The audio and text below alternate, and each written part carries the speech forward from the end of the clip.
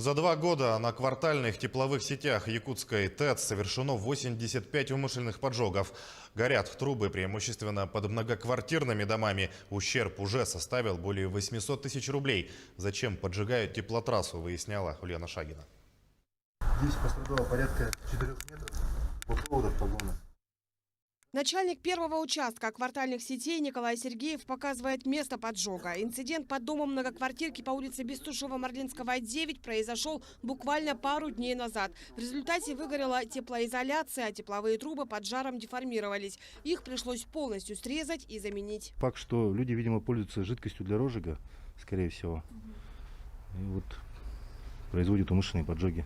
Якутская ТЭЦ бьет тревогу. За 2 года на квартальных тепловых сетях предприятия произошло 85 таких поджогов. Причем поджигатели перемещаются по всему городу. От Гагаринского округа, где зафиксировано наибольшее количество случаев, и до Октябрьского, где уже 5 раз горели трубы. Помимо материального ущерба идет прекращение, ограничение подачи услуг, таких как холодное, горячее водоснабжение.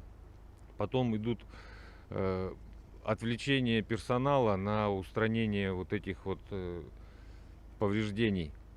И материал, который в принципе не учтен. То есть никто даже не может себе представлять в ремонтной программе, что такие мародерские действия, считаю.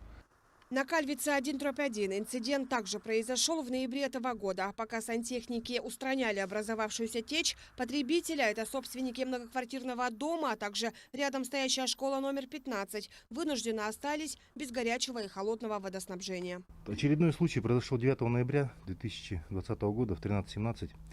Произошло возгорание тепловой сети. По прибытии бригады на место при осмотре был выявлен очередной поджог. При осмотре было установлено, что умышленный поджог был произведен неизвестными лицами. В результате чего был поврежден трубопровод из полипропилена диаметром 63,50, порядка 4 метров. На 3 часа без воды остался объект муниципального образования, школа номер 15 и жилые дома по улице Кальвица. В 16:30 работы были закончены и система была запущена.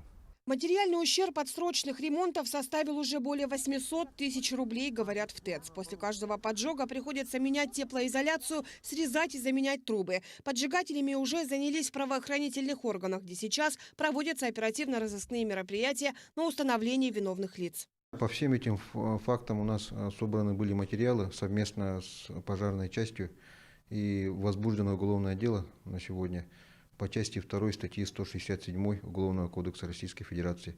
То есть это повреждение либо уничтожение чужого имущества путем поджога.